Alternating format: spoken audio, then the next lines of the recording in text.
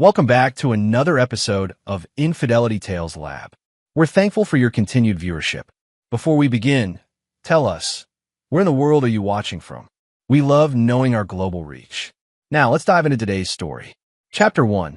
The Setup. Vincent Kane stood in his garage workshop, methodically sharpening a hunting knife. The steady scrape of steel against whetstone had become his meditation over the past 6 months since the divorce was finalized. At 42, Vince had the weathered hands of a man who'd spent 12 years as a Marine Corps sergeant before transitioning to private security work. His ice blue eyes reflected the harsh lessons learned in both war zones and corporate boardrooms. Trust was a luxury he could no longer afford.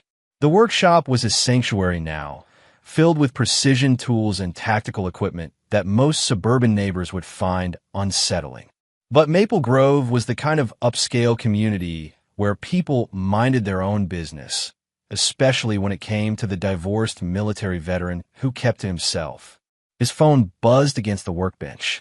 Lisa's name flashed on the screen, accompanied by a photo he should have deleted months ago.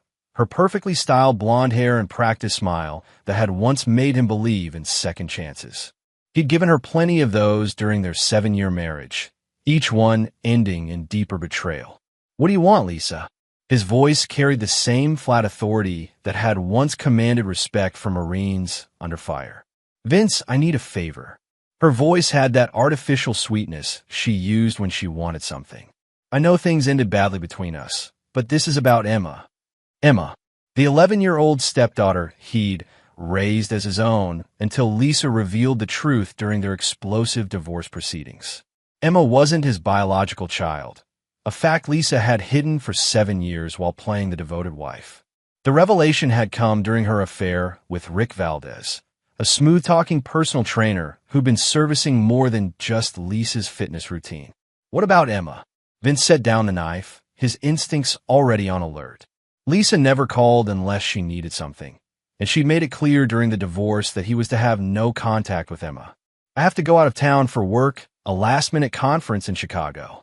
My usual babysitter fell through, and Rick is—" She paused, and Vince could practically hear her calculating how much to reveal.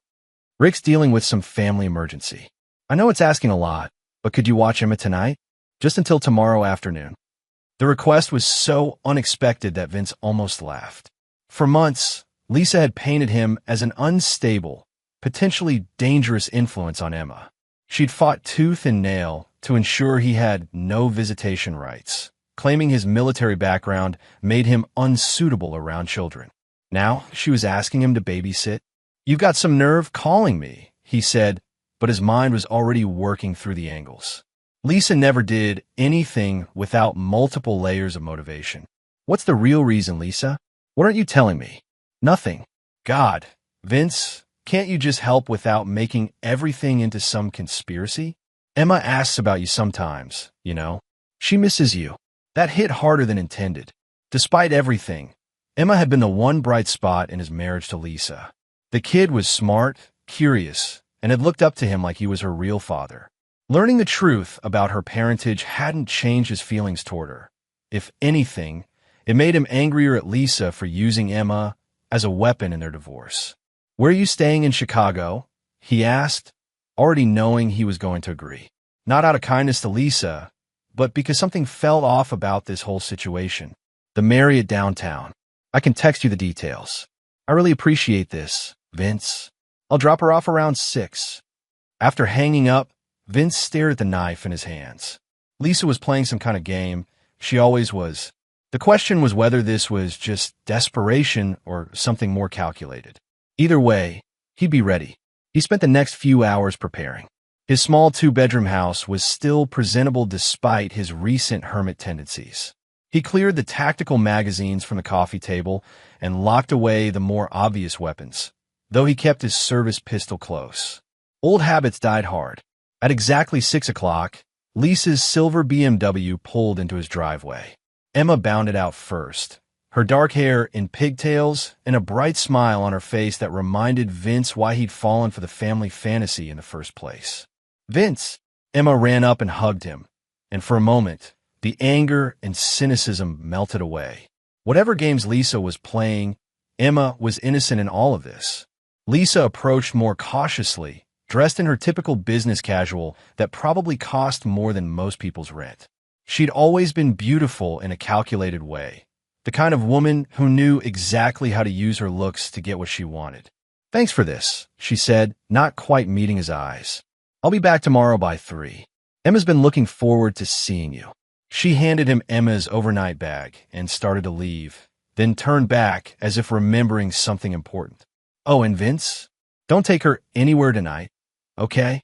I know you like those hiking trails, but with everything that's happened." She let the implication hang in the air. "Just keep her here, please." The request was odd, but not entirely unreasonable. Vince nodded, already planning to ask Emma about her mother's recent behavior once Lisa left. As the BMW disappeared down the street, Emma looked up at him with those intelligent brown eyes that reminded him daily that she wasn't his blood. "So, what do you want to do tonight, kiddo? Can we make pancake for dinner? Mom never lets me have breakfast food for dinner anymore." "Absolutely. But first, I need to ask you something, and I want you to be honest with me. Has your mom been acting strange lately?" Different somehow, Emma's expression shifted, becoming more guarded, a look no 11-year-old should have to master. "She's been on the phone a lot," Emma said quietly, "whispering with Rick, and she's been asking me weird questions about you. Like, what would I do if something bad happened to you, or if you ever tried to take me away somewhere?" Ice formed in Vince's veins. This wasn't a simple babysitting request. This was a setup. Chapter 2, The Trap Springs. The knock came at 7:43 a.m., sharp and authoritative. Vince had been awake for 2 hours, watching the sun rise through his kitchen window, while Emma slept peacefully on the couch. His instincts had kept him alert all night, the certainty that something was wrong growing with each passing hour. Through the peephole, he saw 2 uniformed officers flanked by a detective in a rumpled suit. Behind them stood Lisa, her face a perfect mask of worried mother hysteria. Vince opened the door slowly, keeping his hands visible. "Officers." Vincent Kane, the detective stepped forward, badge displayed. "Detective Rodriguez, Maple Grove PD. We need to talk to you about Emma Hartwell." "She's right here, safe and asleep," Vince said calmly. "Her mother asked me to watch her overnight." "That's not what her mother told us," Rodriguez replied, his hand resting casually near his service weapon. "Mrs. Hartwell reported that you took Emma without permission yesterday evening. She's filing kidnapping charges." The accusation hung in the air like a lit fuse. Vince felt the familiar cold clarity that had kept him alive in Afghanistan wash over him. This was an ambush, carefully orchestrated. "Lisa," he called over the detective's shoulder, his voice carrying across the small front yard. "You want to explain to these officers how you called me yesterday, begged me to watch Emma, and personally dropped her off?" Lisa stepped forward, and Vince had to admire her performance. Tears streamed down her face, her voice shaking with perfectly calibrated maternal anguish. "That's not what happened. I came home from work yesterday, and Emma was gone. When I called you, you said you'd taken her to teach me a lesson about the divorce. You said," her voice broke dramatically, "you said I'd never see her again if I didn't drop the custody restrictions." It was masterful in its simplicity, his word against hers, and she'd chosen the narrative carefully. The bitter ex-husband with military training taking revenge through the child. Detective Rodriguez was already looking at Vince like he was a confirmed threat. "Sir, I need you to step outside so we can talk about this properly," Rodriguez said, his tone leaving no room for argument. As Vince moved toward the door, Emma appeared in the hallway, rubbing sleep from her eyes. The sight of the police officers made her freeze. "What's happening?" Emma's voice was small and confused. "Emma, baby, come here," Lisa called out, extending her arms. "Mommy's here now. You're safe." But Emma didn't move toward her mother. Instead, she looked at Vince with a strange intensity, then back at Lisa. "Mom, why are you lying?" Emma's voice carried across the morning air with startling clarity. The detective's hand moved away from his weapon. "What did you say, sweetheart?"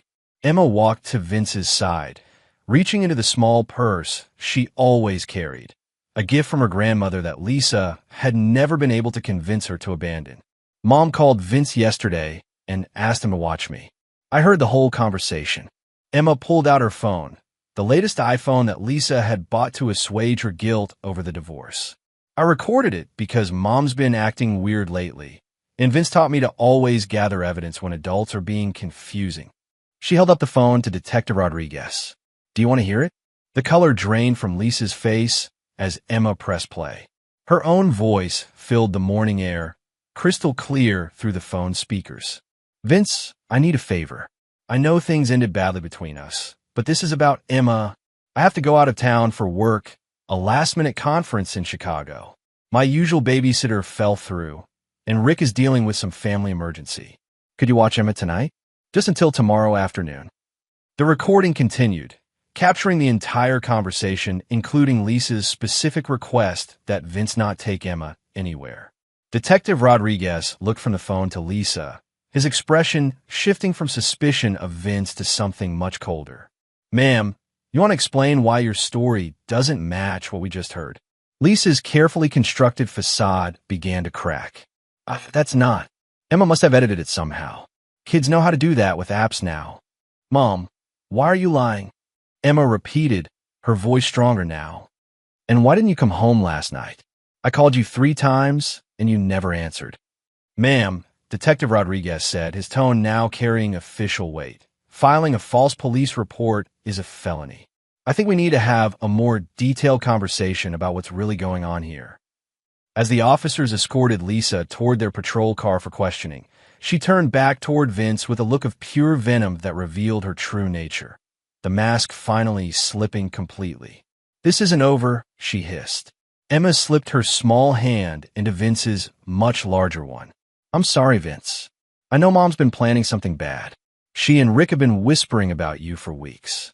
Vince squeezed her hand gently, his mind already working through the implications. This had been a test run, a probe to see if they could frame him for something more serious. The question was, what were Lisa and Rick really after?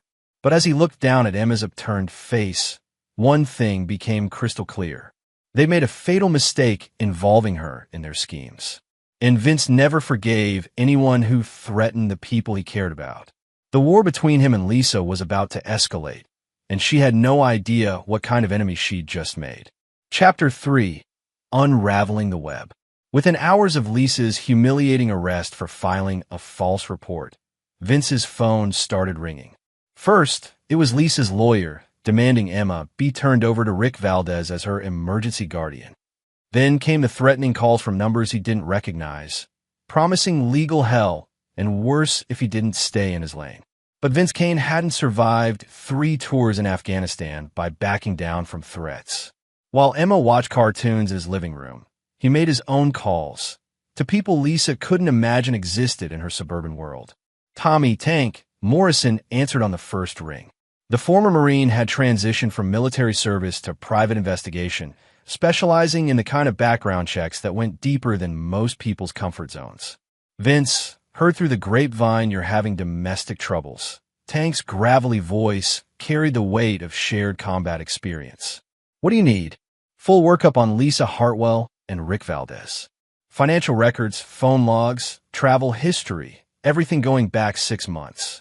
And Tank, I need to know what they're really after. Roger that. Give me 48 hours. Next, Vince called his lawyer, David Chun, one of the few people who'd seen through Lisa's act during the divorce proceedings. Chun had warned him that Lisa's sudden cooperation in finalizing the divorce had been suspicious.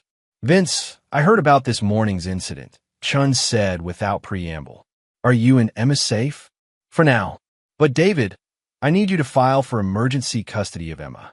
Whatever Lisa's planning, she's using Emma as bait, and I won't let that continue.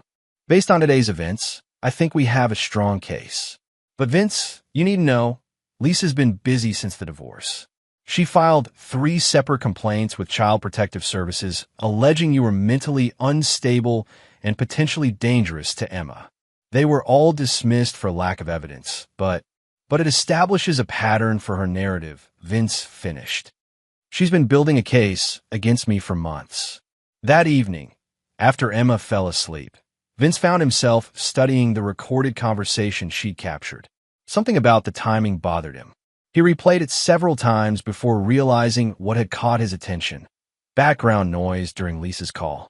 Using audio software he'd learned in his security consulting work, Vince isolated and enhanced the background sounds. There, faint but unmistakable, was the sound of Rick's voice, coaching Lisa on what to say. Tell him about the conference. No, make it sound more urgent. Remember, we need him isolated with her overnight. They'd planned this entire scenario, but why? What was the end game that required him to be alone with Emma overnight? The answer came the next morning with Tank's preliminary report. Your ex-wife's broke, Vince. Completely tapped out. Tank's voice was grim over the secure phone line. She's been living off credit cards and loans since the divorce, burning through what was left of her inheritance. But here's the interesting part. She took out a $2 million life insurance policy on you 6 months ago, listing herself as the beneficiary. The pieces clicked into place with terrifying clarity. She was setting me up to be killed while supposedly kidnapping Emma. Gets worse. Rick Valdez isn't just her boy toy. He's got connections to some serious people. Drug runners, enforcers, the kind of guys who make problems disappear for the right price. My source says Rick owed money to some very dangerous people, and suddenly he's flush with cash as of last week. Vince felt the familiar ice-cold fury that had made him effective in combat. They were going to have me killed and make it look like a kidnapping gone wrong. Lisa collects the insurance money, Rick pays off his debts, and Emma becomes collateral damage. That's my read. But Vince, there's more. Emma's trust fund from her grandmother, the one Lisa can't touch until Emma turns 18, it's worth $1.8 million. If something happened to Emma while in your care, Lisa would inherit everything as the grieving mother. The scope of the betrayal was staggering. Lisa hadn't just been planning to frame him. She'd been willing to sacrifice Emma for money. Her own daughter. That night, as Emma helped him make dinner, Vince watched her carefully. She was too perceptive for her own good, already sensing the undercurrents of danger around her. Vince, she said quietly while chopping vegetables with a precision that reminded him of his own training and attention to detail. I found something else. She reached into her backpack and pulled out a small digital recorder, the kind used for school projects. I've been recording Mom and Rick when they think I'm asleep or in my room. I know I shouldn't spy, but she looked up at him with those intelligent eyes. I was scared. Vince knelt down to her level. You did exactly the right thing, kiddo. Sometimes adults do bad things, and it's important to protect yourself. Can I listen to what you recorded? The recordings painted a picture of casual cruelty that made Vince's blood boil. Lisa and Rick discussing Emma like she was an obstacle to be removed, debating whether the accident should happen before or after Vince's suicide from guilt. They talked about her inheritance like it was already theirs, planning trips to Europe and a new house once the situation was resolved. In one particularly chilling exchange, Lisa laughed about how easy it had been to manipulate Emma's emotions during the divorce, making her believe that Vince didn't want to see her anymore. The kid's so desperate for a father figure, she'll believe whatever we tell her. Lisa's voice was cold and calculating on the recording. Once Vince is gone, we'll ship her off to boarding school. Problem solved. Emma sat quietly through the entire playback, her small face pale but determined. They're bad people, aren't they? She asked when it finished. Yes, kiddo, they are. But here's what we're going to do about it. As Vince outlined his plan, he saw something in Emma's eyes that reminded him of himself at that age. A hardness born from necessity, a recognition that sometimes the world required you to fight dirty to survive. Lisa and Rick had made the mistake of underestimating both him and Emma. They'd assumed he was just another suburban ex-husband to be manipulated and discarded. They were about to learn how wrong they were. Chapter 4. The Hunter Becomes the Hunted. 3 days later, Lisa sat in the law offices of Preston and Associates, her manicured fingers drumming impatiently on the mahogany conference table. The false report charges had been dropped thanks to an expensive lawyer and her convincing performance as a confused, worried mother who'd misunderstood the situation. But Emma remained with Vince pending a custody hearing, and every day that passed meant more money bleeding from Lisa's rapidly depleting accounts. Mrs. Hartwell, her lawyer, Gerald Preston, looked uncomfortable as he reviewed the latest filings. Mr. Kane's attorney has submitted some concerning evidence. Recorded conversations, financial records, phone logs that suggest. Suggest what? Lisa's voice carried the sharp edge that emerged when her careful facade slipped.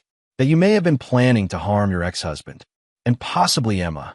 Lisa's laugh was perfectly calibrated, shocked, hurt, and just vulnerable enough to seem authentic. Gerald, you can't seriously believe Vince's paranoid fantasies. The man's obviously having some kind of breakdown. The military did things to him, you know, PTSD or whatever they call it. But even as she spoke, Lisa's mind was racing through contingencies. Vince was proving more resilient than anticipated, and Rick's contacts were getting impatient about their money. The original plan had been elegant in its simplicity. Now everything was falling apart. Her phone buzzed with a text from Rick. We need to meet. Tonight. Warehouse District. Come alone. The warehouse Rick had chosen sat in the industrial section of town, where security cameras were sparse and questionable activities could proceed without interruption. Lisa arrived at midnight, her BMW looking out of place among the loading docks and rusted shipping containers. Rick was waiting inside, but he wasn't alone. Two men stood in the shadows, expensive suits that couldn't quite hide the predatory stillness of professional killers. Lisa, meet Mr. Torino and Mr. Santos. Rick's usual smooth confidence had been replaced by nervous energy. They're here about our debt situation. Torino stepped forward, a thin man with dead eyes who looked like he managed middle-class suburban lives rather than organized crime debts. Ms. Hartwell, your boyfriend borrowed $200,000 from our organization 6 months ago. The terms were very clear. Rick told me he'd handled that, Lisa said, though she was beginning to understand that Rick had been lying about more than she'd realized. The interest has compounded, Santos added, his voice carrying a slight accent that made each word sound like a threat. Total owed is now $400,000. Payment was due last week. Lisa felt the trap closing around her. The insurance money will. There is no insurance money, Torino interrupted. Your plan failed. Mr. Kane is very much alive, and our sources tell us he's become quite interested in your activities. The police involvement has made our organization uncomfortable. Rick stepped forward desperately. We can still make this work. Vince has Emma, right? We grab the kid, make it look like he took her and ran. Then we arrange an accident for both of them. Lisa gets the inheritance. We pay you back. Everybody wins. The casual way Rick discussed murdering an 11-year-old child sent ice through Lisa's veins. She'd been willing to sacrifice Emma for money, but hearing it spelled out so bluntly made her realize how far she'd fallen. There's a problem with that plan, Torino said quietly. From the shadows stepped Vincent Kane, moving with the silent precision of a hunter who'd been stalking his prey. Behind him came Tank Morrison and two other men who had the unmistakable bearing of military specialists. The problem, Vince continued, his voice carrying deadly calm, is that you're all under surveillance. Have been for the past 72 hours. Rick reached for something inside his jacket, but Santos was faster, pressing a pistol against his temple. I wouldn't, Santos advised. Mr. Torino and I have been having very interesting conversations with Mr. Kane about your actual debt situation. Lisa's world tilted sideways. What? Torino smiled without warmth. Your boyfriend has been using our money to live above his means while lying to you about his connections. The debt is real, but Rick's claims about having muscle for hire? Fantasy. He owes money to loan sharks, not the organized crime syndicate he pretended to represent. Tank Morrison stepped into the light, holding a tablet that displayed financial records. Rick's been running 3 different cons simultaneously. He borrowed money, claiming he had a rich girlfriend who'd pay it back, while telling you he had dangerous connections who'd solve your Vince problem. Meanwhile, he's been skimming from your accounts to pay gambling debts in Atlantic City. The scope of the deception was staggering. Lisa had thought she was manipulating Rick, while he'd been manipulating her. And now they were both trapped in a web that Vince had somehow taken control of. Here's what's going to happen, Vince said, his voice carrying the authority of a man who'd commanded Marines in life-or-death situations. Lisa, you're going to sign over full custody of Emma to me. Rick, you're going to disappear permanently. And both of you are going to ensure that certain recordings never see the light of day. Lisa found her voice. What recordings? Emma stepped out from behind Tank, holding the same digital recorder she'd shown Vince. But now she wore a small wireless microphone that connected to a recording device in Tank's possession. All of it, Emma said quietly. Planning to kill Vince, talking about my inheritance, discussing how to make my death look like an accident. Everything. The little girl Lisa had dismissed as a pawn had been actively gathering evidence against her for weeks. Emma, sweetheart. Lisa tried to summon her manipulative maternal voice, but it sounded hollow even to her own ears. You don't understand what you're doing. I understand that you are going to kill me for money, Emma replied with devastating simplicity. I understand that you never loved me, just what I was worth. And I understand that Vince is the only family I have left. Rick made a desperate lunge toward Emma, perhaps thinking he could take a hostage and negotiate his way out. He managed exactly 2 steps before Vince's training took over. The former Marine moved with economical precision, dropping Rick with a combination that sent him sprawling unconscious across the warehouse floor. The entire confrontation lasted less than 3 seconds. As I was saying, Vince continued as if nothing had happened. Here's what's going to happen. Lisa realized she was looking at a man who'd spent years learning how to eliminate threats efficiently and permanently. The suburban ex-husband facade had been just that, a facade. Underneath was someone far more dangerous than she'd ever imagined. And she just threatened the one person in the world he decided to protect. Chapter 5. The Price of Betrayal. The custody hearing 3 weeks later was a formality. Lisa sat at the defendant's table, her expensive clothes unable to hide the hollow look that had taken residence in her eyes since the warehouse confrontation. Across the aisle, Emma sat between Vince and his lawyer, occasionally glancing at her biological mother with something that might have been pity. Judge Maria Santos, no relation to the loan shark, reviewed the evidence with a methodical precision that had made her reputation in family court. The recordings Emma had made, the financial records showing Lisa's desperate schemes, the testimony from Detective Rodriguez about the false kidnapping report. It painted a picture of a woman who'd been willing to sacrifice her own child for money. Mrs. Hartwell, Judge Santos addressed Lisa directly. In 23 years on this bench, I have rarely seen such a calculated betrayal of parental responsibility. The evidence suggests you were not only willing to endanger your daughter's life, but actively planning to profit from her death. Lisa's lawyer, a court-appointed attorney, since she could no longer afford Preston's services, made a half-hearted attempt at damage control. Your Honor, my client was under extreme financial stress and may have made poor decisions, but poor decisions? Judge Santos' voice cut through the courtroom like a blade. Conspiring to murder the man who raised this child and potentially harming Emma herself goes far beyond poor decisions. This represents a fundamental unfitness for parenthood.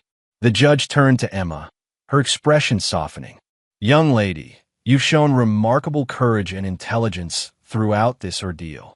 The court recognizes that you've expressed a clear preference for living with Mr. Kane, and given the circumstances, that arrangement will be made permanent. As the gavel came down, Emma quietly reached over and squeezed Vince's hand. Lisa made no attempt to approach them as they left the courtroom. But Vince's justice was far from complete. That evening, he sat in his workshop cleaning his service pistol while Emma did homework at the kitchen table. The routine had become comfortable over the past month. 2 people who'd found family in each other despite the chaos around them. Tank Morrison's latest report lay open on the workbench, detailing Rick Valdez's current situation. After the warehouse confrontation, Rick had indeed disappeared, but not in the way he'd intended. The real loan sharks he owed money to had tracked him down in a cheap motel outside the city.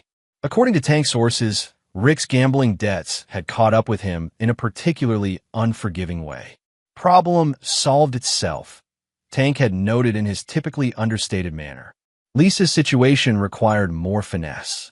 Simply having her arrested for the conspiracy would mean years of court battles, appeals, and the possibility that some expensive lawyer might find technicalities to exploit. Vince preferred more permanent solutions. The financial records tank had uncovered showed Lisa's debts ran far deeper than even she realized. Credit cards, personal loans, second mortgage on her house that she'd hidden from her divorce attorney. She was leveraged to the point where bankruptcy was inevitable. But Vince had no intention of letting her escape through legal bankruptcy proceedings. Over the next 6 months, Lisa experienced a series of unfortunate financial coincidences. Her credit cards were suddenly called in for full payment due to irregularities in her account activity. The bank discovered that her mortgage application had contained false information and demanded immediate repayment. Her car was repossessed when payments mysteriously failed to process despite her bank account showing sufficient funds. Each incident could be explained by computer glitches, administrative errors, or simple bad luck. But the cumulative effect drove Lisa from her suburban house to a cramped apartment, then to a room above a convenience store in the worst part of town.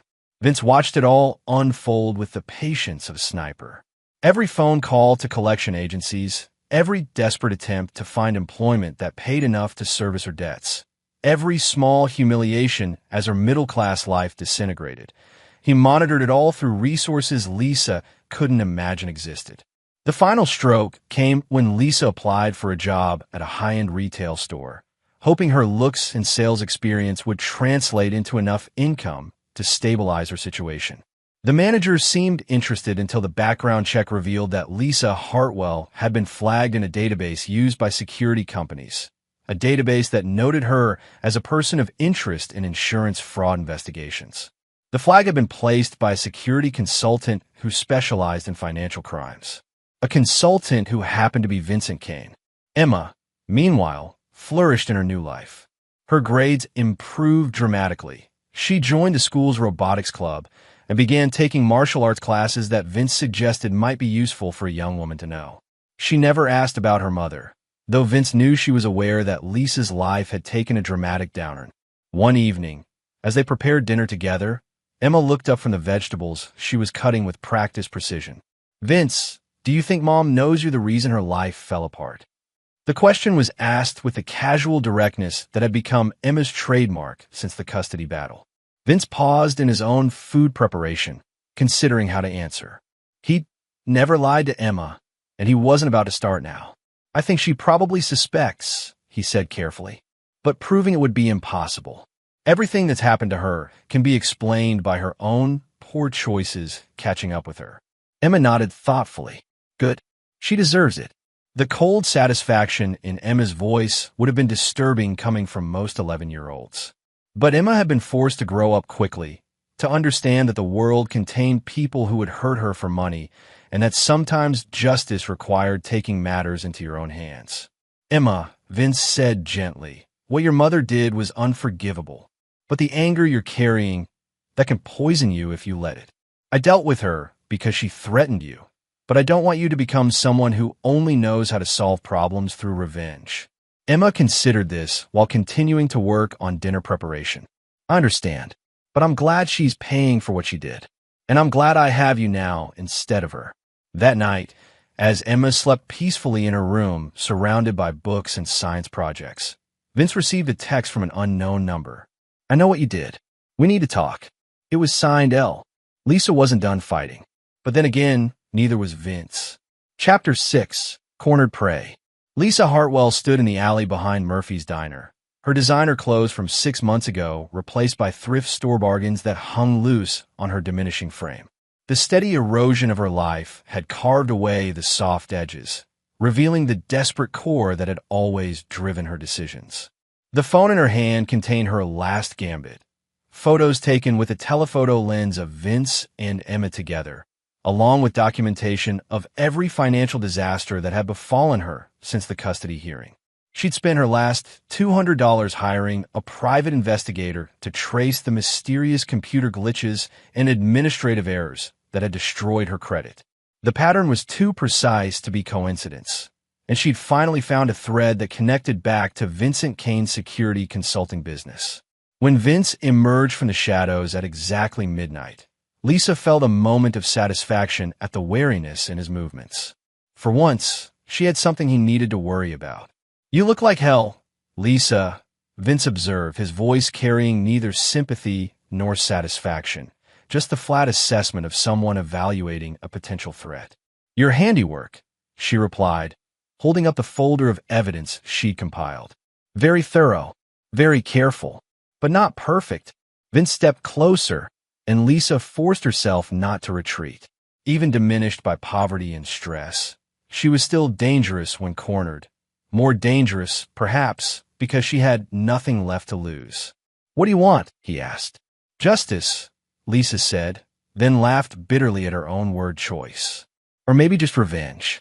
I haven't decided yet." She opened the folder, spreading photos across the diner's dumpster lid. Images of Vince teaching Emma to shoot at a private range. Documents showing his consulting company's access to credit reporting systems. Financial records proving he had the means and opportunity to orchestrate her destruction. "Interesting hobby for a man raising an 11-year-old girl," Lisa said, tapping the shooting range photos. "I wonder what Child Protective Services would think about you training Emma to use firearms. Or what they'd think about your systematic campaign to destroy her biological mother." Vince studied the photos without expression. "You're fishing, Lisa. You have suspicions, but no proof that would hold up in court." "Maybe, but I don't need court-quality proof. I just need enough to raise questions about your fitness as Emma's guardian. One anonymous tip to CPS about your weapons training with a minor, combined with evidence that you've been stalking your ex-wife." She shrugged. "At minimum, it opens an investigation that could drag on for months." The threat was real, and they both knew it. Family courts erred on the side of caution when it came to child welfare, and even unfounded accusations could trigger lengthy investigations that would disrupt Emma's stability. "What do you want?" Vince repeated, his tone suggesting he was considering more direct solutions to the problem Lisa represented. "I want my life back," Lisa said. "I want the financial harassment to stop. I want a clean slate and enough money to disappear quietly. Consider it a divorce settlement that should have happened 6 months ago." "How much?" $500,000. "Clean bills. No traceable transactions. In exchange, I disappear forever. Emma never sees me again, and neither do you." Vince was quiet for a long moment, his tactical mind working through options. Lisa could practically see him calculating odds and outcomes, weighing the cost of paying her off against the risk of letting her continue to be a threat. "I need time to arrange that kind of cash," he said finally. "You have 48 hours. After that, I start making phone calls." Lisa gathered her photos and documents, feeling a surge of the old confidence that had once made her believe she could manipulate anyone. "Oh, and Vince? Don't even think about trying to eliminate me the way you did, Rick. I've made arrangements that ensure my evidence gets released if anything happens to me." She turned to leave, then paused. "You know what the funny thing is? I actually loved Emma in my own way. But you turned her against me so completely that she looks at me like I'm something toxic. You turned her against you when you planned to murder her for inheritance money," Vince replied quietly. "I just made sure she survived long enough to understand what kind of person you really are." Lisa walked away without another word, disappearing into the urban decay that had become her new environment. But she felt a satisfaction she hadn't experienced in months. Finally, she had leverage again. What Lisa didn't see was Emma stepping out from behind the diner's back in trance, her small form having moved with the silent precision Vince had been teaching her. The girl had followed him despite his instructions to stay home, using skills he'd taught her for self-protection. Emma had heard every word of the conversation, and her young face held an expression that was far too cold for someone her age. "She's never going to stop, is she?" Emma asked quietly. Vince looked down at the girl who'd become his daughter in every way that mattered. "No, people like Lisa don't stop. They just find new ways to be destructive." Emma nodded thoughtfully. "Then we need to stop her permanently." The casual way Emma discussed ending a human threat should have alarmed Vince. Instead, he felt a grim pride at how thoroughly she'd learned the lessons about survival he'd been teaching her. "Emma, what we're talking about. I know exactly what we're talking about," Emma interrupted. "And I know you've been protecting me from having to make this choice. But she's my biological mother. If anyone has the right to decide her fate, it's me." Vince stared down at Emma, seeing himself reflected in her determined expression. Lisa had created a situation where the only solution was permanent, and Emma understood that better than most adults would. "What do you want to do?" he asked. Emma pulled out her phone, displaying a recording app that had been running throughout the entire conversation with Lisa. "I want to give her exactly what she deserves," Emma said. "And I want to make sure she can never threaten our family again." As they walked back toward Vince's truck, Emma began outlining a plan that combined her innocent appearance with Vince's tactical expertise and Lisa's own desperate greed. It was going to be perfect. Chapter 7, The Final Game. 2 nights later, Lisa sat in her cramped studio apartment above the convenience store, counting the hours until her 48-hour deadline expired. She'd spent the time refining her backup plans and ensuring her evidence was properly distributed to trigger automatically if Vince tried anything clever. The knock on her door came at exactly 11 p.m. Through the peephole, she saw Emma standing alone in the dingy hallway, wearing a simple dress and carrying a small backpack. The sight of her daughter, former daughter, Lisa corrected herself, sent a complex mix of emotions through her chest. "Emma, what are you doing here?" Lisa opened the door cautiously, scanning the hallway for signs of Vince. "I came to talk to you," Emma said quietly. "Alone. Vince doesn't know I'm here." Lisa's maternal instincts, dormant for months, stirred weakly. Despite everything that had happened, Emma was still an 11-year-old child standing in a dangerous neighborhood at night. "Come in, quickly," Lisa said, pulling Emma inside and locking the door behind her. The apartment was a stark reminder of how far Lisa had fallen. A fold-out bed, a hot plate, and a table that served as both desk and dining surface comprised the entire living space. Emma looked around with the observational skills Vince had taught her. "This is where you live now?" Emma asked. "Temporarily," Lisa said, defensive about her reduced circumstances. "Just until I get back on my feet." Emma nodded seriously. "I heard you talking to Vince the other night." "I followed him." Lisa's attention sharpened. "You heard our conversation?" "All of it. About the money you want, the photos you took, your plan to call Child Protective Services." Emma reached in her backpack and pulled out an envelope. "I brought you something." Lisa opened the envelope with trembling hands. Inside were photographs of Vince teaching Emma to use firearms, but also newer pictures that showed Emma herself demonstrating advanced combat techniques with a competence that was disturbing in someone her age. "Where did you get these?" Lisa asked. "I took them," Emma said simply. "Vince has been training me to protect myself, but he's also been teaching me things that—" She paused, seeming to search for the right words. "Things that might worry social workers if they knew about it." Lisa felt a surge of hope. If Emma was turning against Vince, providing evidence of inappropriate training methods, then maybe Lisa could salvage this situation and regain custody. "Emma, sweetheart, if Vince has been doing things that make you uncomfortable—" "He hasn't," Emma interrupted. "I love learning from him. I love being strong enough to protect myself. But I also understand what would happen if the wrong people found out about it." Emma pulled a digital recorder from her backpack, the same device she'd used to capture Lisa's conspiracy with Rick months earlier. "This contains recordings of everything Vince has taught me. Combat techniques, weapons training, surveillance methods. Enough to prove he's been turning me into something that social workers would consider dangerous." Lisa's heart raced as she realized the implications. "Emma, why are you showing me this?" "Because I want to make a deal," Emma said, her young voice carrying a calculating tone that reminded Lisa of her own manipulative techniques. "You want money and a clean slate. I want something too. What do you want?" Emma's expression hardened into something that looked disturbingly adult. "I want you to disappear forever. Not just from our lives, but completely. I want you to take Vince's money and go somewhere we'll never have to worry about you again. And if I don't," Emma held up the recorder, "then I give this to the authorities and tell them that you've been trying to manipulate me into providing evidence against my guardian.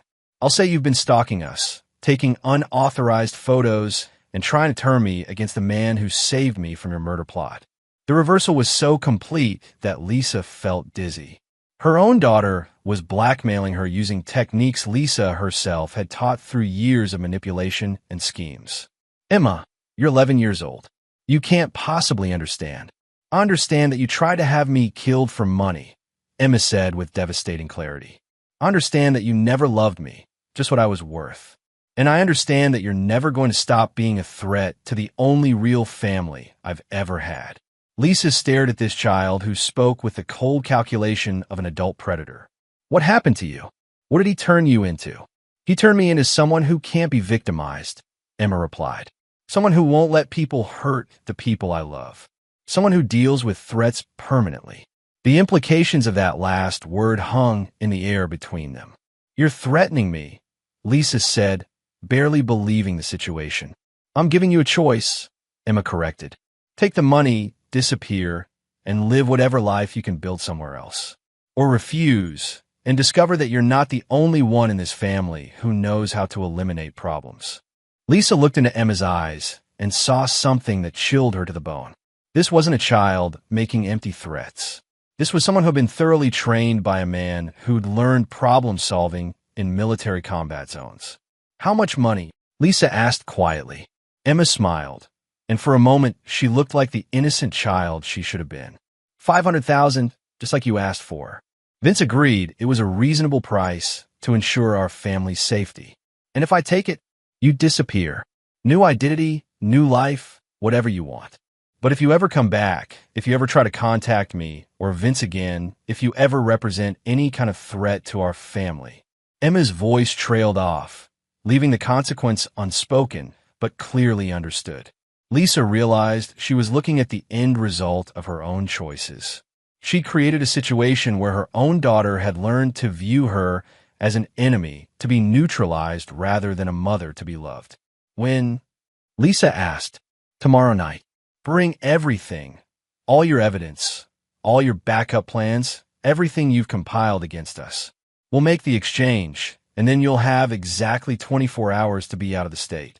Emma stood to leave, then turned back with an expression that managed to be both childlike and terrifying. Mom, I want you to know something.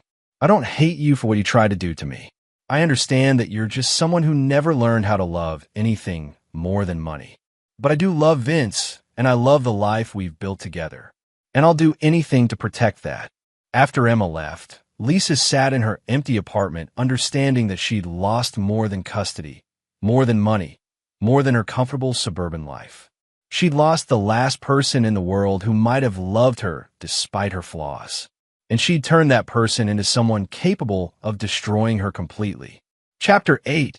Blood and Money. The abandoned warehouse in the industrial district looked like a setting designed for final confrontations. Lisa arrived at midnight carrying a duffel bag containing every piece of evidence she compiled against Vince, every photograph, every document, every backup plan she'd created over the past months.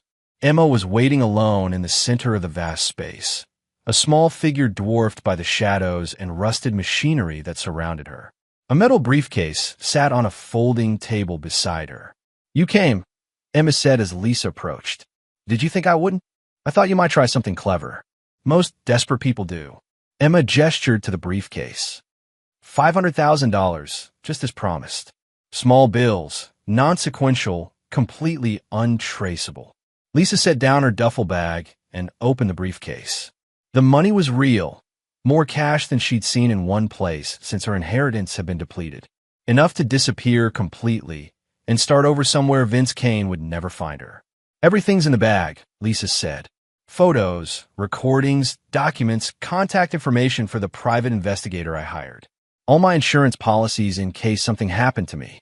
Emma picked up the bag and began methodically removing items, checking each piece of evidence against a list she pulled from her pocket. Very thorough, Emma said approvingly. Just like Vince taught me to be. Where is he? Lisa asked, scanning the shadows for signs of the man who'd orchestrated her destruction. Close enough, Emma replied without looking up from her inventory. But this is between you and me. Mother to daughter. Former mother to daughter, I suppose. The correction carried a finality that made Lisa's chest tighten. Emma, I know you hate me now, but I want you to understand. You want me to understand that you loved me in your own way, Emma interrupted.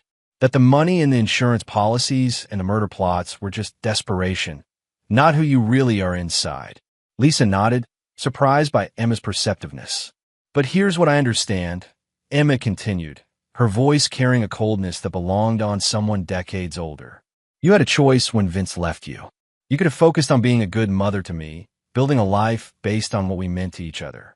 Instead, you chose to see me as a financial asset to be leveraged. Emma finished her inventory and zipped the duffel bag closed. Every single decision you made after the divorce was about money. The only reason you kept me around was because you couldn't access my trust fund without me. The only reason you plotted to kill Vince was because you needed insurance money. Even now, the only reason you're walking away is because we're paying you to leave. The analysis was devastatingly accurate, delivered with the dispassionate precision of someone who'd learned to evaluate threats objectively. You were my daughter, Lisa said weakly. I did love you. No, Emma replied. You loved what I represented. Security, money, status as a mother. But you never loved me as a person because you never took the time to know who I was as a person. Emma pulled out her phone and showed Lisa a recording app that had been running throughout their conversation. This conversation has been recorded and transmitted to Vince in real time, Emma said. Insurance, in case you were planning one final betrayal. But it's also documentation of our agreement. Lisa stared at the phone, realizing that even this final negotiation had been controlled by people who thought several steps ahead of her. You learned well from him, Lisa said. I learned that people who love you protect you, Emma replied, and that people who threaten your family need to be dealt with permanently. Something in Emma's tone made Lisa step backward. Emma, we have an agreement. I'm taking the money and leaving. You said. I said you had a choice, Emma corrected. Take the money and disappear, or refuse and face the consequences. But I never said those were the only two possible outcomes. From the shadows surrounding the warehouse came the sound of slow, deliberate footsteps. Vince emerged into the light, but he wasn't alone.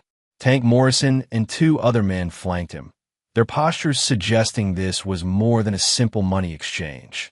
Lisa, Vince said conversationally, do you remember what I told you about forgiveness? Lisa's blood turned to ice as she recalled his words from months earlier. He never forgave anyone who threatened the people he cared about. We had a deal, Lisa said, backing toward the warehouse entrance. We had an agreement based on your assumption that you were negotiating from a position of strength, Vince replied. But the truth is, you stopped being a threat the moment Emma decided you were more valuable as an object lesson than as a living problem. Lisa looked frantically between Emma and Vince, understanding that she'd walked into something far more sophisticated than a simple extortion payoff.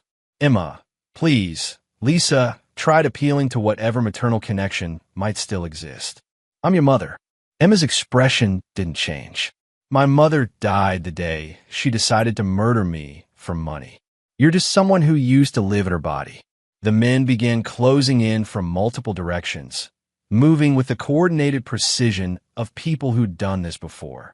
The money, Lisa started, will be donated to children's charities, Emma said matter-of-factly.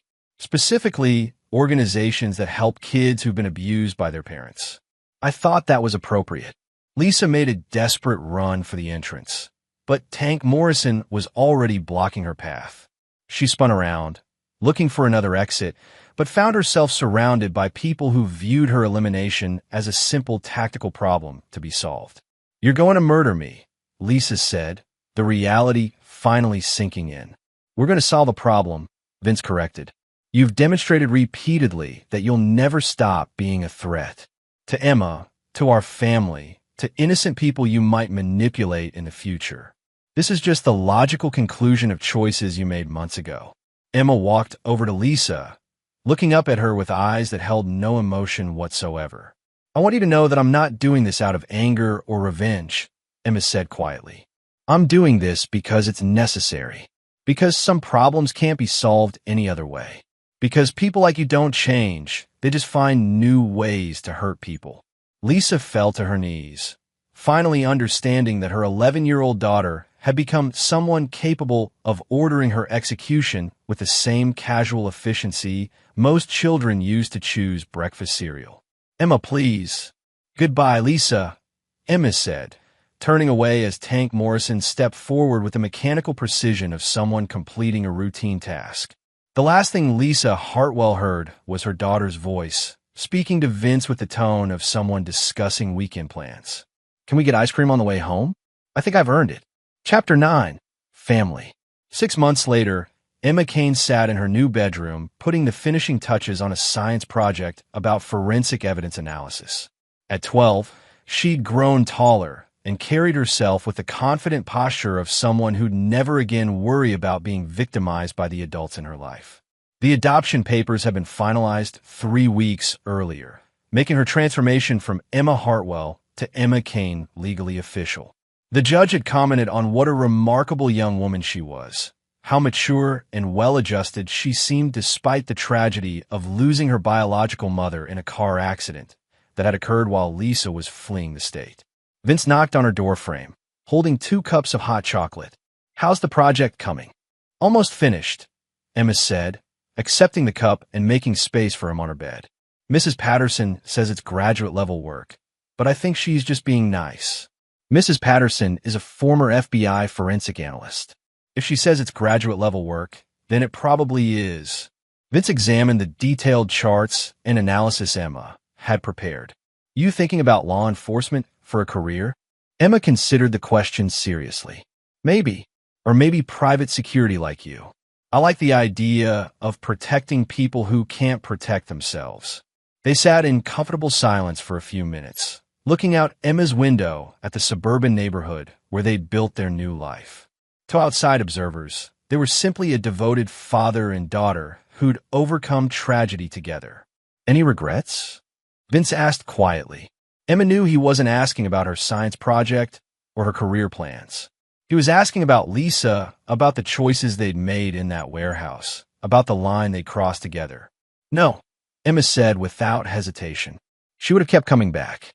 She would have kept trying to hurt us, or use us, or manipulate us. Some problems don't have nice solutions."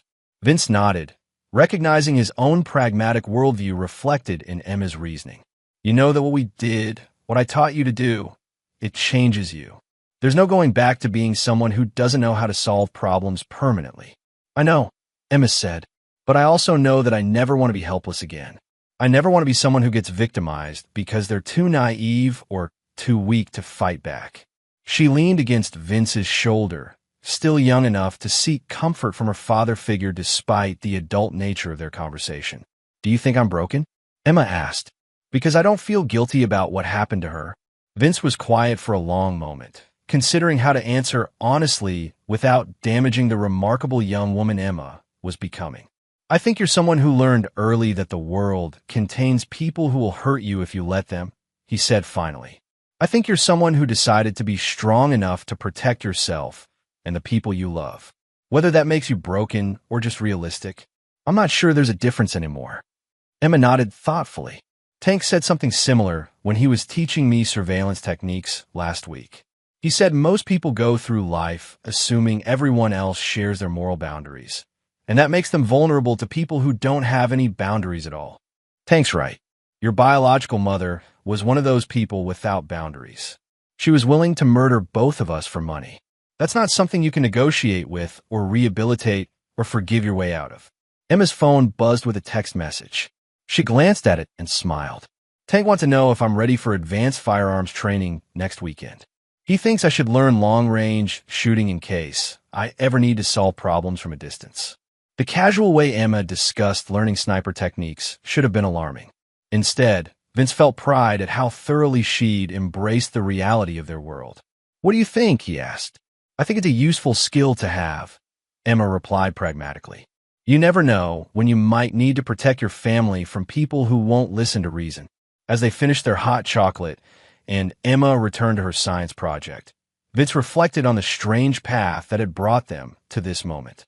A year ago, he'd been a bitter divorcee planning to spend his life alone. Now he was the father of a brilliant, dangerous young woman who shared his understanding that sometimes love meant being willing to do terrible things to protect the people who mattered. Emma looked up from her work with a question that had been bothering her. Vince, do you think there are other people out there like Lisa? People who would hurt kids for money or try to manipulate families for their own benefit? Unfortunately, yes. There are always predators looking for vulnerable targets. Emma nodded seriously. Then maybe when I'm older, we could work together. You could handle the investigation and planning, and I could handle the more direct problem solving. The suggestion that they could become a family business focused on eliminating threats to innocent people was offered with the same tone most children use to suggest weekend activities. That's something we could discuss when you're older, Vince said carefully, after you've had more training and experience. Emma smiled with satisfaction. I'd like that. I think we'd be good at protecting people who can't protect themselves. As Vince tucked Emma into bed that night, he realized that Lisa's greatest failure hadn't been the murder plot or the betrayal or even the willingness to sacrifice her own daughter for money. Her greatest failure had been underestimating the person Emma would become when raised by someone who actually loved and protected her. Lisa had created her own nemesis by threatening the one person Vince Cain cared about most in the world. And that nemesis had grown up to be someone even more ruthless and calculating than he was. In trying to destroy his family, Lisa had created the very weapon that ensured her own destruction. Good night, Dad, Emma said sleepily. Good night, kiddo. Sweet dreams. As Vince turned off the lights and closed Emma's door, he smiled with the satisfaction of a mission accomplished. Lisa Hartwell was gone, Emma was safe and thriving, and their family was secure. And if anyone else ever threatened the people he loved, they would discover that Vincent Cain had trained his daughter very, very well. And there you have it. Another story comes to an end. What did you think? I'd love to hear your thoughts in the comments below. If you enjoy this story, consider joining our community by subscribing. It means the world to us. For more stories like this one, check out the recommended videos on screen. And I'll see you there. Subscribe to Infidelity Tales Lab for more stories. Now, let's begin this one. Chapter 1. The Face in the Crowd. Barrett Novak had built his career on exposing lies. As an investigative documentary filmmaker, he'd spent 12 years peeling back the carefully constructed facades of con artists, corrupt politicians, and corporate fraudsters. His work had earned him 3 regional Emmys and a reputation for relentless persistence. But he'd never imagined the biggest deception of his life was sleeping beside him every night. The Saturday afternoon at Riverside Mall started ordinarily enough. Barrett was there to pick up camera equipment from a specialty shop, his mind already on his next project about pharmaceutical fraud. The food court hummed with weekend crowds, families, teenagers, the usual chaos. That's when he saw him. The boy stood near the pretzel stand, laughing at something on his phone. 15, maybe 16. Dark hair that fell across his forehead in the exact way Barrett's did in old photos. The same sharp jawline Barrett's father had passed down. The distinctive Novak nose, slightly crooked from a break generations back. The boy's laugh carried across the noise, and Barrett's blood went cold. He knew that laugh. It was his own. Barrett's wife, Jolene, had told him their son died at birth 15 years ago. Stillborn. He'd held her while she sobbed in that hospital room, his own grief drowning him. They'd never tried again. Jolene said she couldn't bear the pain of another loss. Barrett had respected that, had buried his own longing for fatherhood, had convinced himself their life together was enough. But this boy was alive, and he was Barrett's son. He felt it in his bones. The boy grabbed his shopping bags and headed toward the exit. Barrett followed, his journalist instincts taking over. He maintained distance, casual but focused. The boy climbed into a silver Honda with an older woman behind the wheel. Barrett photographed the license plate with his phone and continued following in his own car, several vehicles back. They drove to Maple Ridge, a middle-class neighborhood about 20 minutes from Barrett's own home. The boy got out, waved goodbye to the woman, and walked up the driveway of a modest 2-story house. A different woman opened the door, tall, dark-haired, her face breaking into a warm smile as she hugged the boy. Barrett's hands tightened on the steering wheel. He knew that face. Maura Hancock, Jolene's best friend since college. The woman who'd been at their wedding, at their anniversary parties, at their home for countless dinners. The woman who'd cried with Jolene at the hospital 15 years ago, or so he'd thought. Barrett parked down the street and approached the house. His heart hammered, but his mind was sharp, calculating. He'd confronted hundreds of liars in his career. This would be no different. He rang the doorbell. Maura opened the door, and the color drained from her face like water through a sieve. Her mouth opened, but no sound came out. Behind her, Barrett could hear the boy's voice calling out, "Mom, who is it?" "Maura," Barrett said quietly, his voice steady despite the rage building inside him. "I think we need to talk." Her hands trembled. "Barrett, She told me you'd never find out. She promised." The words hung in the air like an accusation. Behind Maura, the boy appeared curious. Up close, the resemblance was even more striking. This wasn't coincidence. This was his son. Chapter 2, The First Cracks. Barrett didn't shout. He didn't threaten. He simply stood there, his camera-trained gaze boring into Maura until she stepped aside, her face crumbling. The boy, Derek, she'd called him moments before in a panicked whisper, looked between them confused. "Derek, honey, go to your room," Maura said, her voice breaking. "But Mom, now." The boy's face hardened with teenage defiance, but he retreated upstairs, his footsteps heavy on the wooden stairs. Barrett heard a door slam. Inside the living room, Barrett remained standing. Maura collapsed onto the couch, her hands covering her face. The room was decorated with photos, Maura and Derek at various ages. Baseball games, birthday parties, school pictures. 15 years of a life Barrett should have lived. "Start talking," Barrett said. His voice was ice. "And don't you dare lie to me." Maura's hands shook as she lowered them. Tears streaked her face, but Barrett felt no sympathy. "I can't. Jolene made me promise. She'll destroy me if I—" "She already destroyed me," Barrett cut in. 15 years ago. And you helped her. So you're going to tell me everything? Or I'm calling the police right now for kidnapping." "It wasn't kidnapping." Maura's voice rose in panic. "She gave him to me. I couldn't have children, Barrett. The doctor said it was impossible. When Jolene got pregnant and said she couldn't, she didn't want." The words caught in her throat. Barrett's jaw clenched.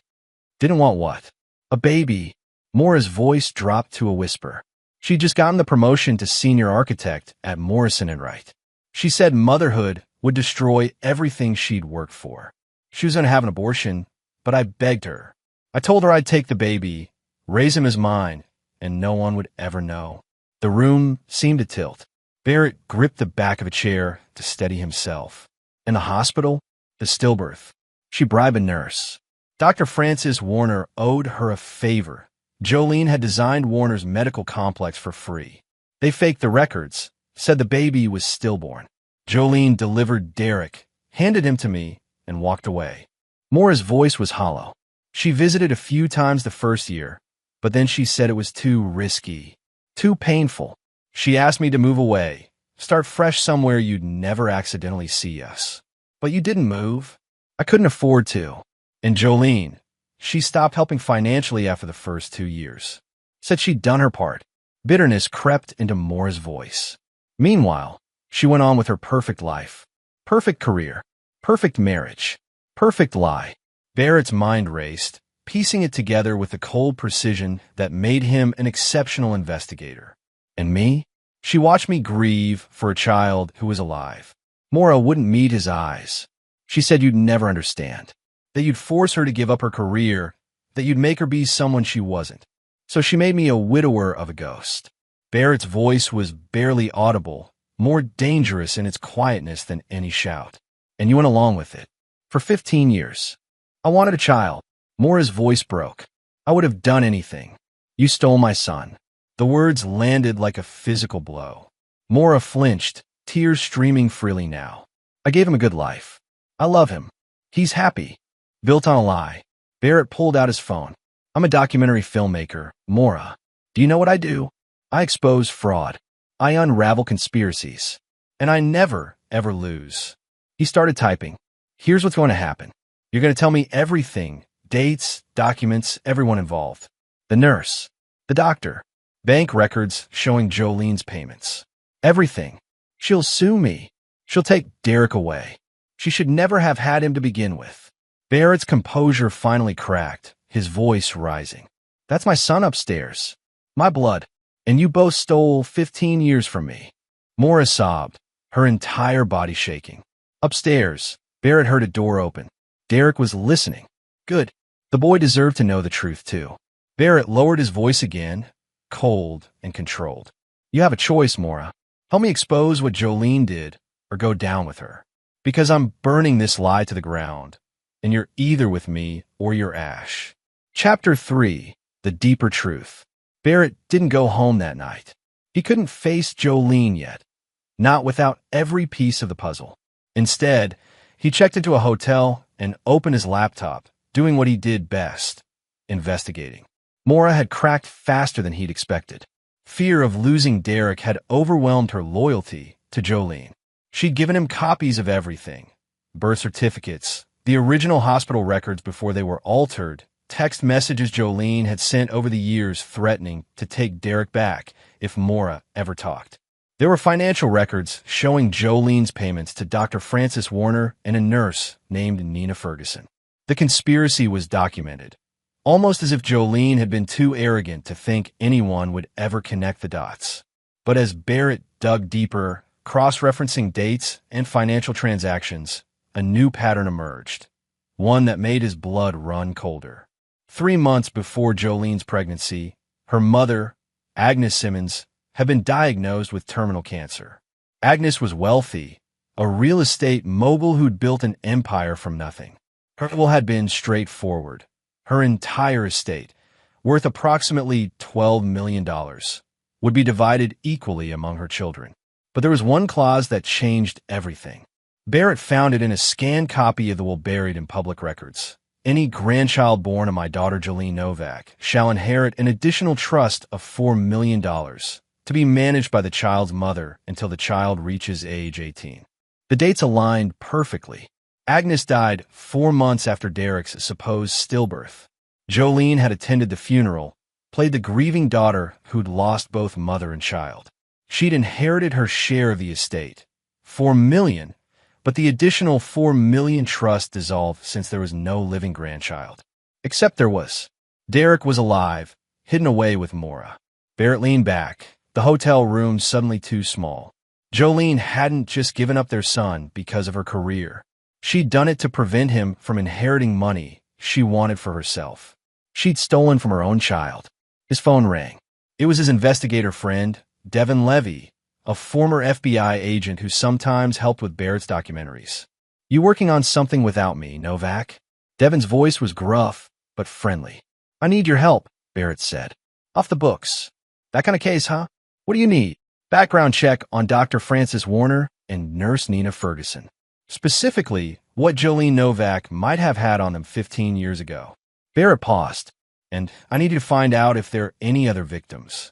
If they did this for Jolene, they might have done it for others. Devin whistled low. How deep does this go? Deeper than I thought. Over the next 3 days, Barrett barely slept. He synchronized with Devin, built a timeline, gathered evidence. He drove back to Maura's house and sat down with Derek, who'd learned the truth from his mother's tearful confession. The boy was angry, confused, hurt, but also curious. Barrett showed him photos of himself at 15, and Derek's eyes widened at the resemblance. They talked for hours. Barrett learned his son loved baseball, wanted to be an engineer, hated horror movies. All the small details he'd missed.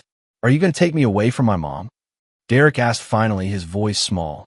Barrett looked at Maura, who sat anxiously nearby. Your mom loves you.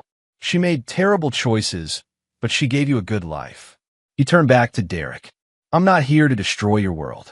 I'm here to give you the truth, and to make sure the person who started all this faces what she's done. Devin called on the 4th day with explosive news. You're not going to believe this. Warner and Ferguson, they've been running a black market adoption ring for years. Your case was just the beginning. They've falsified at least 8 birth certificates, declared live babies stillborn, and sold them to desperate couples. We're talking felony fraud, kidnapping charges, the works. Barrett felt sick. Jolene knew about this. Based on the evidence, she might have been their first client, their prototype. They perfected the system after her. Barrett ended the call and stared at the evidence spread across the hotel room. He had everything he needed: bank records, medical fraud, witness testimony, a conspiracy that stretched far beyond one lie. But the question remained: how to make Jolene pay in a way that was as devastating to her as her betrayal had been to him. That's when the plan crystallized. Barrett smiled for the first time in days, a cold, calculated expression that his documentary subjects would have recognized. The smile of a predator who'd found his prey. He picked up his phone and called his producer at the network. "Tanya," he said, "I've got a story for you, but this one's personal." Chapter 4, Building the Case. Barrett spent the next week living a double life. During the day, he returned home, acting as if nothing had changed. He kissed Jolene goodbye in the mornings, asked about her day over dinner, slept beside her at night. The performance required every ounce of his professional discipline, but he'd spent years interviewing criminals who'd looked him in the eye and lied. He knew how to hide what he was feeling.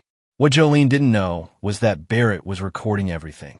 Tiny cameras hidden in their home, audio recorders in his pocket, every conversation logged, every reaction documented. He was building not just a legal case, but a narrative, the kind that would destroy her reputation as thoroughly as she destroyed his trust. At night, after Jolene fell asleep, Barrett would slip into his home office and work on the documentary. His producer, Tanya Mann, had greenlit the project immediately. The Stillborn Lie, they were calling it. An expose of medical fraud, illegal adoptions, and family betrayal. It would premiere in 3 weeks on their national network. But Barrett wasn't just making a documentary. He was orchestrating a reckoning. Devin had delivered more evidence than Barrett had hoped for. Dr. Francis Warner and nurse Nina Ferguson had falsified 9 births over 15 years. They'd created an underground network selling babies to wealthy couples who couldn't adopt through legal channels. Warner had lost her medical license in another state years ago for malpractice, then reinvented herself. The bodies were buried deep, but Devin had dug them all up. The FBI was now involved building their own case. But Devin had convinced them to wait until after Barrett's documentary aired. Let him expose it publicly first, Devin had argued. The pressure will make them all turn on each other faster. Barrett's most delicate work, however, was with Derek. The boy deserved to know the full truth, but Barrett moved carefully, building trust. They met at a batting cage across town, where Barrett taught Derek how to perfect his swing, the same way Barrett's father had taught him.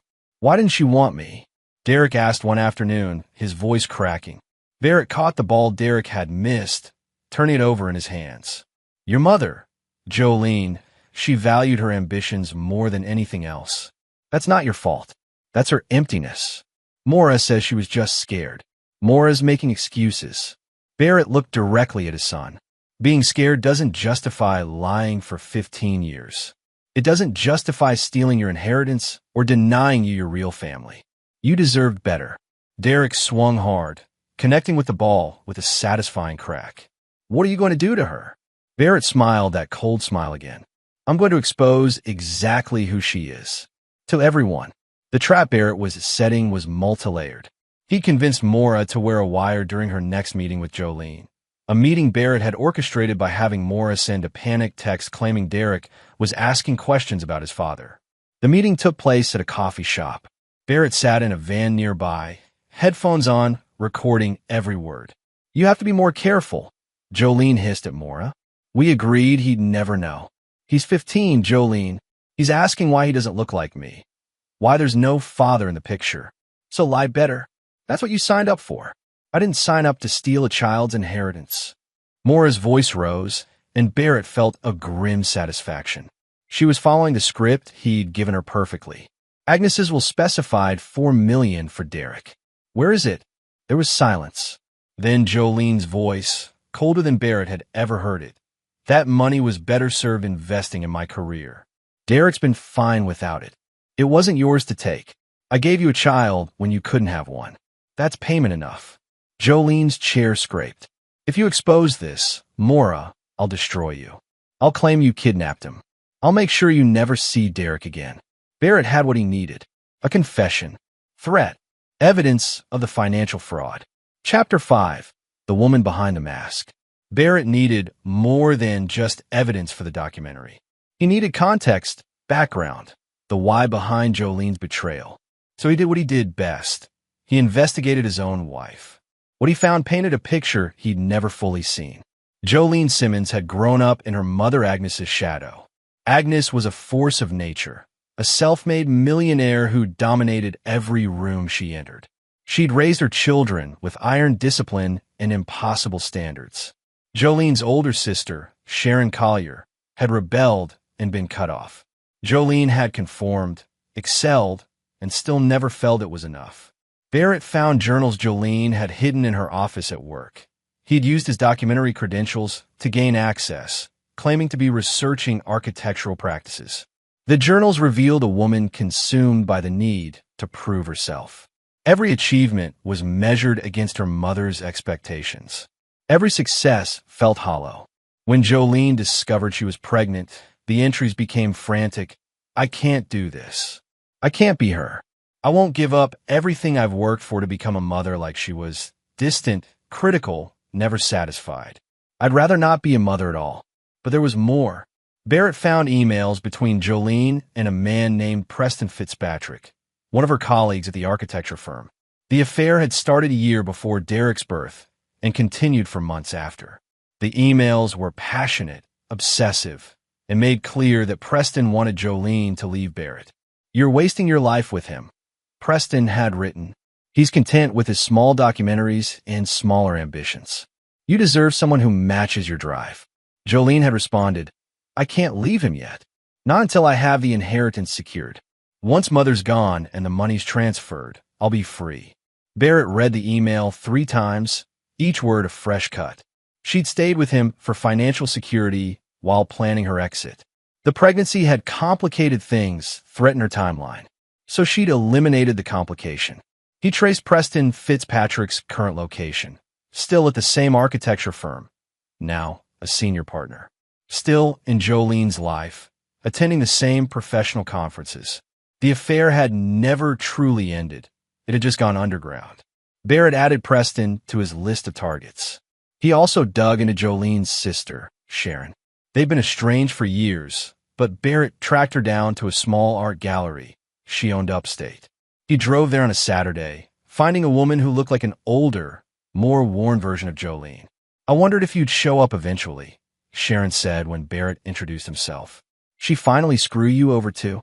Over coffee, Sharon revealed the family history Barrett had never known. Agnes had been abusive, emotionally manipulative, pitting her daughters against each other. Jolene had survived by becoming exactly what their mother wanted. Sharon had survived by refusing to play the game. When Agnes died, Jolene didn't even tell me, Sharon said bitterly. I found out from the obituary. And the will? She made sure I got nothing. Said I'd abandoned the family. Sharon looked at Barrett with sad eyes. Whatever Jolene did to you, believe me, it wasn't personal. She destroys everyone eventually. It's all she knows. Barrett left with a deeper understanding, but no sympathy. Jolene's damaged past didn't excuse her choices. If anything, it made them more calculated. She knew exactly what she was doing when she gave Derek away. Chapter 6. The Pieces Fall into Place. 2 weeks before the documentary premiere, Barrett met with his legal team. He'd hired the best attorney in the state, Ray Cobb, a bulldog of a lawyer known for family law cases. You have enough to sue for full custody, Ray said, reviewing the evidence. Between the fraud, the hidden inheritance, and the kidnapping. Not kidnapping, Barrett interrupted. More as cooperating. I want her to retain some custody rights. She raised Derek. She loves him. Ray raised an eyebrow. You're being generous to an accomplice. I'm being fair to my son. Barrett leaned forward. Derek's world is already being destroyed. I won't take away the only mother he's known unless I have to. Maura made terrible choices, but she did it out of desperation, not malice. And Jolene gets nothing. Barrett's voice was steel. I want the house, full custody, and I want her to return every cent of Derek's inheritance, with interest. from million becomes 8 million over 15 years. And I want her criminally charged as an accessory to Warner and Ferguson's adoption fraud ring. Ray whistled. You're not playing around. She destroyed 15 years of my life. She stole my son. She embezzled his inheritance. Barrett pulled out a flash drive. And this is my insurance policy. The flash drive contained the full documentary. 90 minutes of devastating evidence. Interviews with Maura, Derek, Devin's investigation into Warner and Ferguson, financial records, the coffee shop recording, and Barrett's own narration tying it all together. It was journalistic excellence and personal vendetta wrapped into one. But the final piece was the most damaging. Barrett had interviewed Jolene herself 2 days ago. He'd come home with a camera crew, claiming he was doing a retrospective piece on architects who'd overcome personal tragedy. Jolene had agreed readily, eager for the publicity. She'd sat in their living room, perfectly composed, and talked about her career, her success, and the devastating stillbirth that had nearly broken her. It was the hardest thing I've ever gone through, Jolene had said to the camera, tears glistening perfectly in her eyes. But Barrett was so strong. He helped me survive it. We survived it together.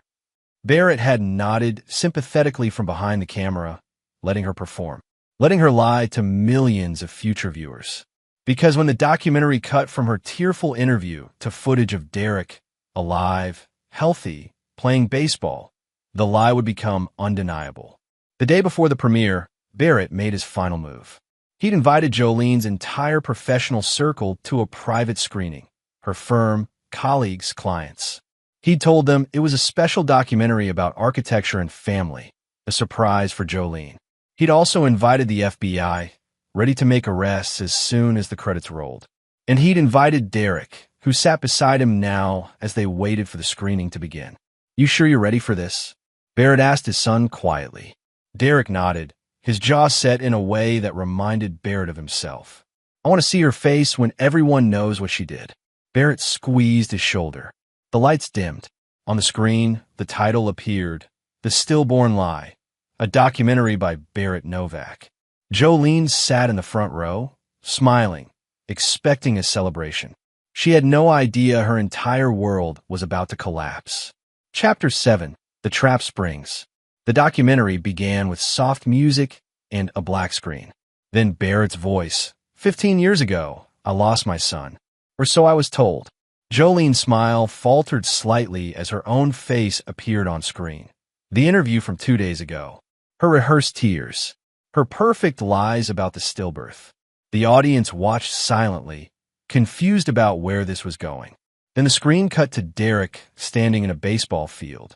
My name is Derek Hancock. Until 3 weeks ago, I didn't know my real father was alive. I didn't know my mother had given me away at birth. I didn't know I'd been stolen from a life I should have lived. The room erupted in whispers. Jolene's head whipped around, searching for Barrett. He met her eyes from the back of the room and saw the moment understanding hit her. Terror, rage, calculation.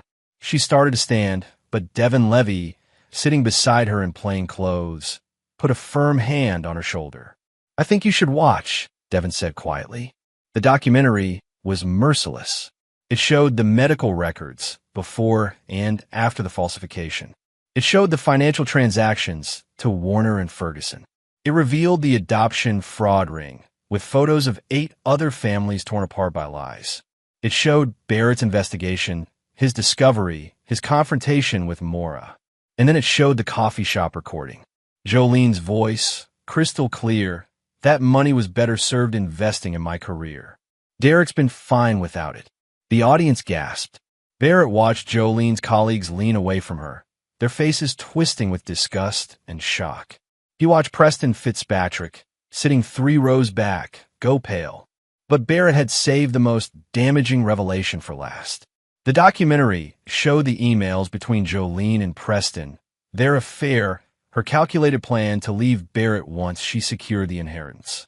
It showed how she'd used the tragedy of the stillbirth to garner sympathy, advance her career, win clients who wanted to support someone who'd overcome such loss. Every achievement in her professional life had been built on a lie that had stolen $4 million from her own child. The final shot of the documentary was Barrett and Derek sitting together on a bench, sunlight streaming between them. "What do you want people to know?" Barrett asked his son on camera. Derek looked directly into the lens. "That lies don't just hurt in the moment. They steal time you can never get back. 15 years. Birthdays. Baseball games. Just being a family." His voice cracked. "She chose money and a career over me. That's who she is." The screen went black. The credits rolled in silence. When the lights came up, Jolene was on her feet, her face a mask of fury. "This is slander. This is the truth," Barrett said, walking down the aisle toward her. "Every word documented. Every claim backed by evidence. You can try to deny it, but the FBI is here to arrest Dr. Warner and Nurse Ferguson, and you're implicated as a conspirator." As if on cue, federal agents entered from the side doors. The audience scrambled back as the agents moved toward Jolene. "Mrs. Jolene Novak," one agent said, "you're under investigation for conspiracy to commit fraud, falsification of records, and embezzlement. You have the right to remain silent." "This is insane." Jolene's voice rose to a shriek. "Barrett, you bastard, you set me up. I exposed you," Barrett corrected, his voice calm. "There's a difference. You set yourself up 15 years ago." Preston Fitzpatrick tried to slip out the back, but Devin blocked his path. "Mr. Fitzpatrick? The FBI wants to talk to you too. Seems you knew about the fraud and failed to report it. That makes you an accessory." The room descended into chaos. Clients were shouting questions. Jolene's boss from the architecture firm stood, his face red with rage. "You're fired, Jolene. Security will escort you out tomorrow to collect your personal items." Barrett turned to find Derek standing beside him, watching his biological mother's public destruction with a mixture of pain and relief. "You okay?" Barrett asked. "I will be," Derek said. Chapter 8. The Confrontation. The arrests took hours. Warner and Ferguson were taken into custody first, both of them breaking down immediately and offering to cooperate in exchange for reduced sentences. They gave up names, other doctors involved, other families affected. The adoption fraud ring was bigger than anyone had imagined. Jolene, however, remained defiant. She refused to answer questions, demanded her lawyer, and shot Barrett looks of pure hatred as she was led away for questioning. The documentary aired nationally 3 days later. The response was explosive. #StillbornLie trended on social media. News outlets picked up the story. Barrett's network saw record viewership. Victim families came forward, adding their stories to the pile. Warner and Ferguson faced dozens of charges. But Barrett's battle wasn't over. While the criminal case built against Jolene, he still had to face her in civil court for custody and the stolen inheritance. The hearing took place 2 weeks after the arrests. The courtroom was packed with media. Judge Eldon Rush, known for his no-nonsense approach to family law, presided. Ray Cobb presented Barrett's case with surgical precision. The evidence was overwhelming. Jolene had knowingly defrauded her own child, stolen his inheritance, and maintained the lie for 15 years. She'd shown no remorse, only anger at being caught. Jolene's lawyer, a slick corporate attorney named Timmy McCullough, tried to argue that Jolene had been young, scared, and made a mistake. "She's willing to make amends," McCullough said. "She wants a relationship with her son." "Does she?" Judge Rush interrupted. He looked at Jolene. "Mrs. Novak, in 15 years, did you ever attempt to tell your husband the truth? Did you ever try to contact your son?" Jolene's composure cracked. I thought it was better this way." "Better for whom?" The judge's voice was sharp. "You embezzled $4 million from your own child. You defrauded your husband. You participated in a criminal conspiracy that destroyed multiple families." He leaned back. "I've read the case files. I've watched the documentary. I've heard the recordings. Mrs. Novak, you are perhaps the most calculating defendant I've seen in 30 years on this bench." Barrett watched Jolene flinch, her perfect facade crumbling. "Full custody is awarded to Barrett Novak," Judge Rush declared. "Jolene Novak is ordered to return the sum of $8 million. The original $4 million inheritance plus 15 years of accrued interest and damages to a trust for Derek Hancock to be managed by his father. Additionally, Mrs. Novak will have no custody or visitation rights unless Derek himself, upon reaching adulthood, chooses to establish contact. The gavel fell. Jolene's face went white. Furthermore, the judge continued, I'm forwarding this case to the district attorney with a recommendation for criminal charges. Mrs. Novak, you may have thought you were above consequences. You were wrong. As Jolene was led from the courtroom, she finally looked at Derek, who sat in the front row beside Maura. Derek, please. But Derek turned away. He'd made his choice. Outside the courthouse, Barrett was swarmed by media. He made a brief statement. This was never about revenge. It was about justice. My son deserved the truth. Every child does. Preston Fitzpatrick was also charged as an accessory. His career at the architecture firm ended the same day. The affair, the knowledge of fraud, his role in encouraging Jolene's deception, it all came out. He faced both criminal charges and a civil suit from his own family. Warner and Ferguson received 15-year sentences after accepting plea deals. Jolene, refusing to cooperate, went to trial and was sentenced to 12 years for fraud, embezzlement, and conspiracy. But Barrett's victory wasn't complete until 6 months later, when a financial settlement was finalized. $8 million transferred into Derek's trust. The house, the one Barrett and Jolene had shared, was awarded to Barrett. Jolene's career was destroyed, her reputation in ruins, her future behind bars. Chapter 9. The Earned Victory. 1 year after the documentary premiere, Barrett sat in the stands at Derek's high school baseball game. Beside him were Maura and Devin, who become close friends throughout the ordeal. Derek stood at home plate, the late afternoon sun catching his dark hair. The pitcher wound up. Derek swung hard, connecting with a crack that echoed through the field. The ball sailed over the fence, a home run. Derek's teammates erupted in cheers as he rounded the bases, a huge grin on his face. Barrett felt something loosen in his chest, a knot of pain he'd carried for 16 years finally releasing. After the game, Derek ran over, still in his uniform. Did you see that? I saw it. Barrett pulled him into a hug. Your grandfather would have been proud. He loved baseball. They'd spent the past year building what they'd lost. Barrett had moved slower than he wanted, giving Derek space to adjust, to grieve the life he'd known, to accept the life he should have had. Maura remained in Derek's life. She'd received probation for her role in the fraud, and Barrett hadn't pushed for more. She'd made terrible choices, but she genuinely loved Derek. That counted for something. The trust fund was untouched, waiting for Derek's 18th birthday. Barrett had used his own money to pay for therapy, for Derek, for himself, for Maura. Healing took time. The college scouts are watching him, Maura said quietly beside Barrett. He might get a baseball scholarship. He's talented, Barrett agreed. But even if he doesn't, he'll be okay. The trust will cover education, whatever he needs. Devin clapped Barrett on the shoulder. You did good, man. The documentary won 3 Emmys, by the way. I heard your network wants you to do a follow-up series on adoption fraud. Barrett shook his head. I'm taking a break. Spending time with my son is more important than another story. That evening, back at the house, Barrett and Derek made dinner together, a Saturday night tradition they'd established. As they worked in the kitchen, Derek asked, Do you ever regret exposing everything the way you did? Barrett considered the question carefully. No. What she did required a public response. She'd built her entire life on a lie, profited from it, hurt people. Private justice wouldn't have been enough. What about Mom? Maura. I think Maura got what she deserved.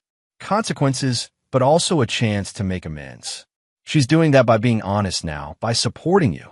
Barrett met his son's eyes. People who own their mistakes deserve a path forward. People who don't. He shrugged. They get what they get. Later, after dinner, Barrett sat on the back porch and thought about Jolene. She'd written him letters from prison, angry at first, then bargaining, then finally silent. He'd never responded.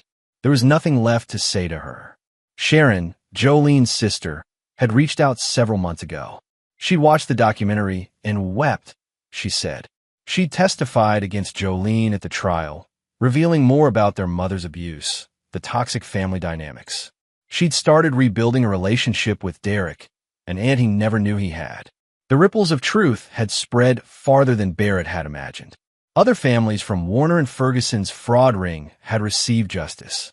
New laws were passed requiring additional verification for stillbirth certificates. Barrett's documentary was being used in journalism schools as an example of investigative excellence. But for Barrett, the real victory was simple. Derek had his future back. The lost 15 years couldn't be recovered, but everything ahead was possible now. His phone buzzed. A text from his producer. Network wants another documentary. You're calling a topic. Take your time. Barrett looked through the window at Derek, who was laughing at something on his phone, probably texting friends, normal teenage stuff. The life he should have always had. Barrett typed back, I'll let you know. Right now, I'm busy being a dad. He put the phone away and went inside.